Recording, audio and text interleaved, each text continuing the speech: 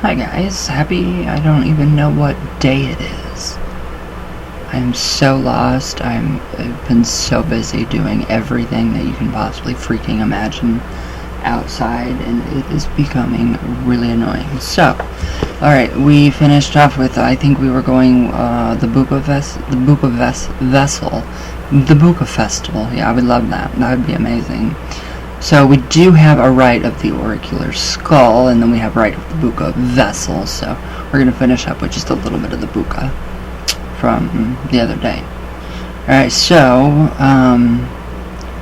okay, so yeah, we all went over the whole, the body, and the earth, the bones are the only thing left, they're hollow, and they contain, the essence of spirit world, of that person, etc., etc., etc. Alright. Yeah, I'm getting there with this one too. New journal.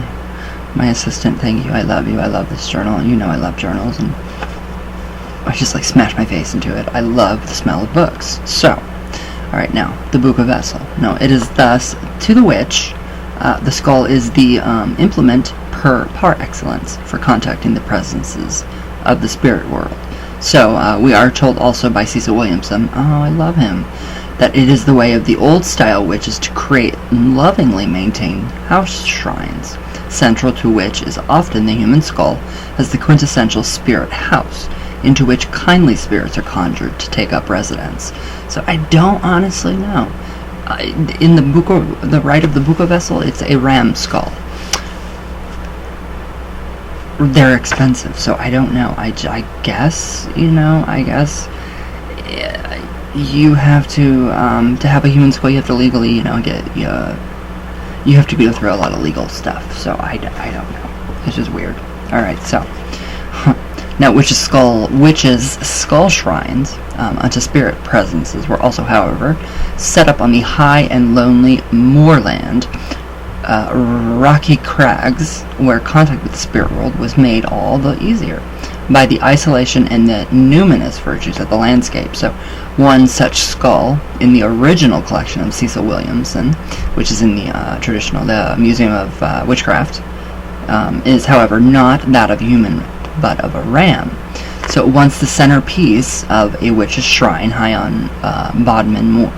So perhaps the skull and its shrine were dedicated unto contact with the spirit world via the agency of the very embodiment of the Rend in the Vale, the Old One himself.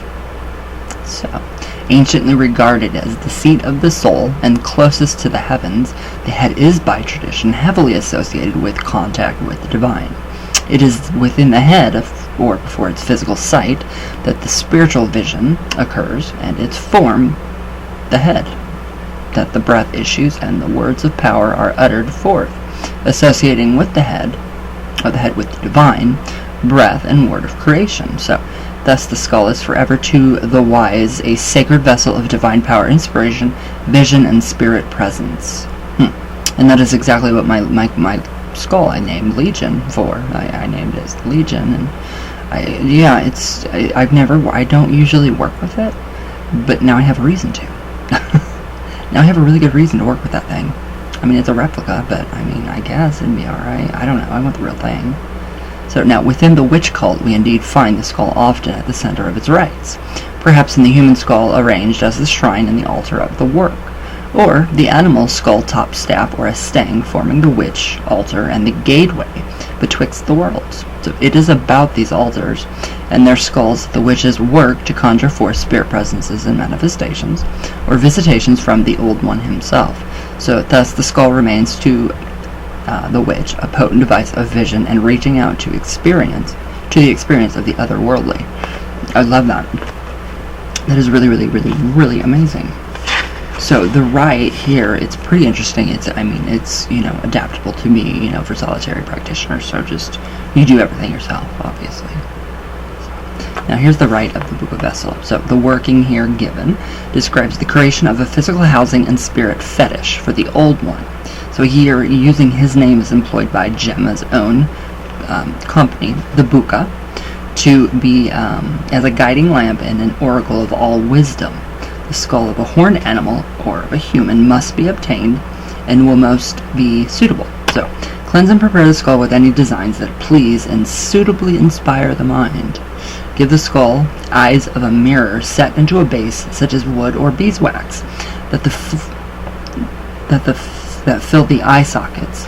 So, for when the wise gaze into the eyes of the Bucca, it is our goal to see our very own self in all wisdom. So when the skull is suitably prepared, take it to some place of power at a time between times, in equinox, at dusk, or at midnight. So everything takes place at midnight, and that's just too late for me. I cannot make it to midnight.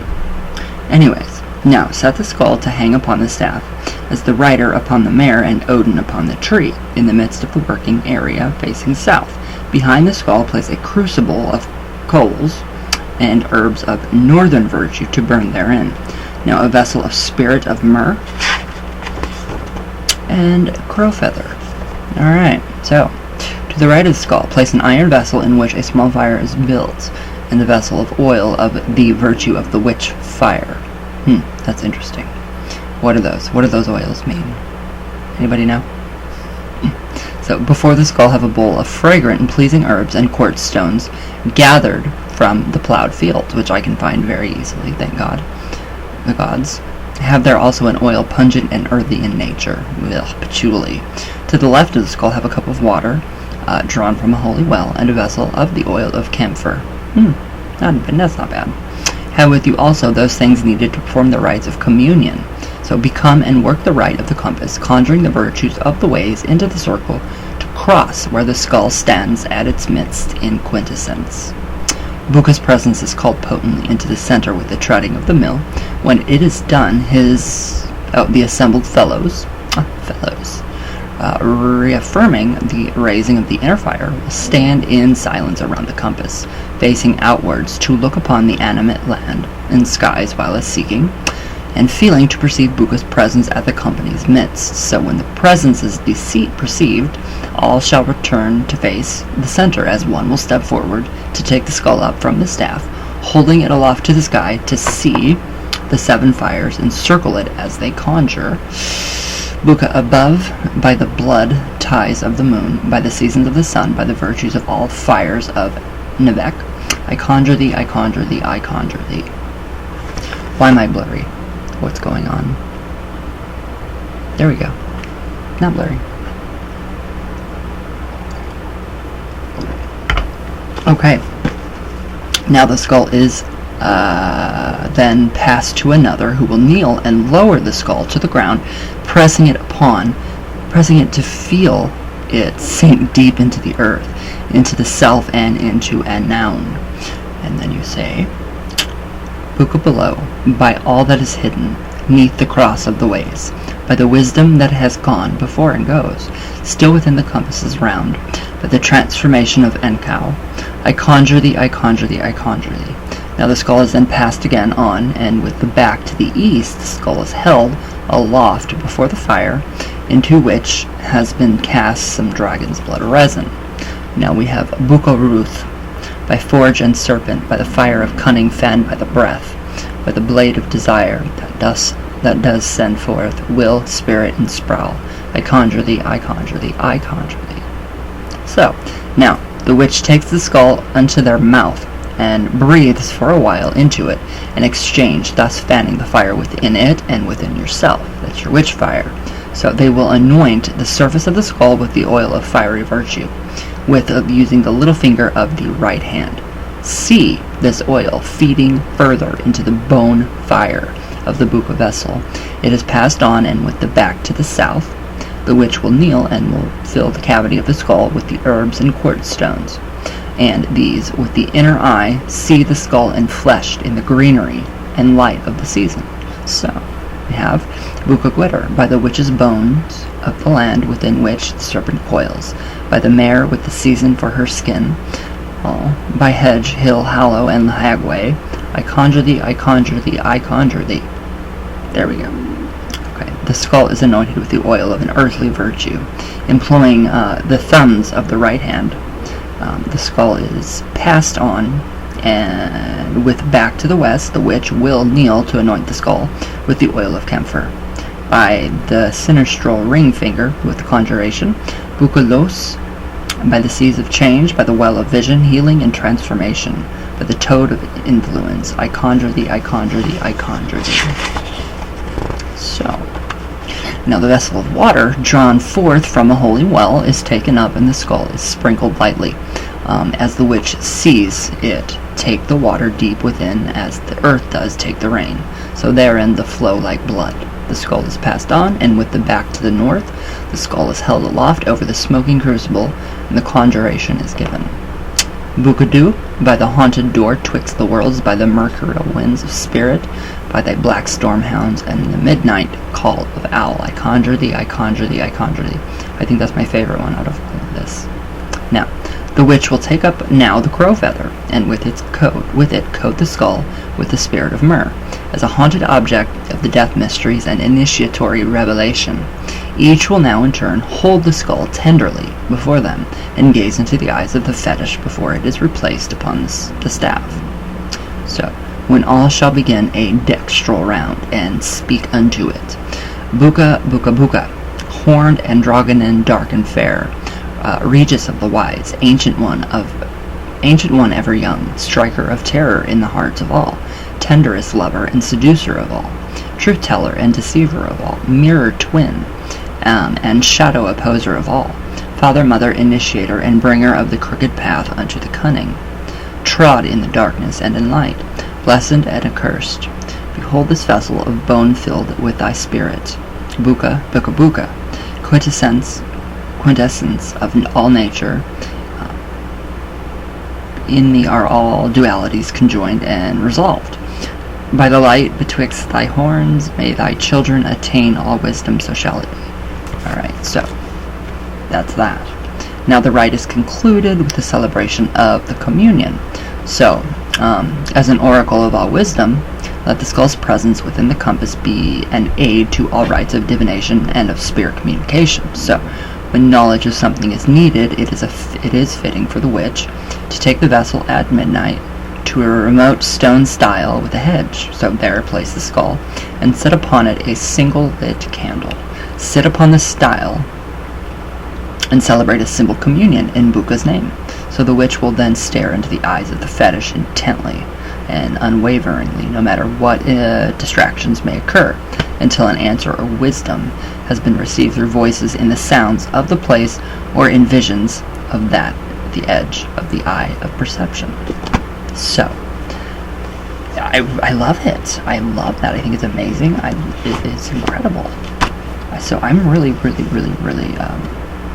there's so much I want to do, and I have got to tell myself constantly that that witchcraft, traditional craft, is a path.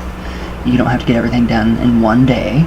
And I really want to do that, though. I really want to get everything done in like one day. I want to get everything done. I want to get the compass round done, down pat. I want to get everything down pat, and I can't do that in one day. So it just kind of irritates me a little bit. So yes, that is the Bucca Vessel. So yeah, my Skull Legion. Something's got to happen. Something's got to happen. I mean, its jaw, it comes unhinged, so it gives it a mouth vessel speaking piece. So I'm not sure. A ram skull, I mean, they're very, very expensive. They're I mean, of high quality.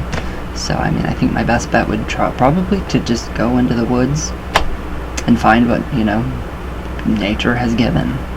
But yeah, do you guys do anything like that? Is there anything going on like that in your working area, in your craft? I just thought it was amazing. So, alright guys, that is it for today. I will be live tomorrow, I promise. It's been forever. So, I love you all. Thank you guys for watching. All my love, all the way from Venus, of course, always. All the way back down. And, yes, that's it. So yeah, I'll see you guys tomorrow. And I love you all. And again, thank you guys for watching and signing the petitions for Sabrina, so save Sabrina. It's being heard, we're being heard, so keep shouting, screaming, I don't care what you gotta do. Do it. I love you guys, and thank you guys, and for everybody that signed that petition. I did post it right here on my YouTube channel. If you guys would please sign it. I need like, I don't know, like 81 more signatures. Congratulations to Des for making whatever comicbookthing.com for the petition. Yeah. So, alright guys. I'll see you tomorrow. I love you guys.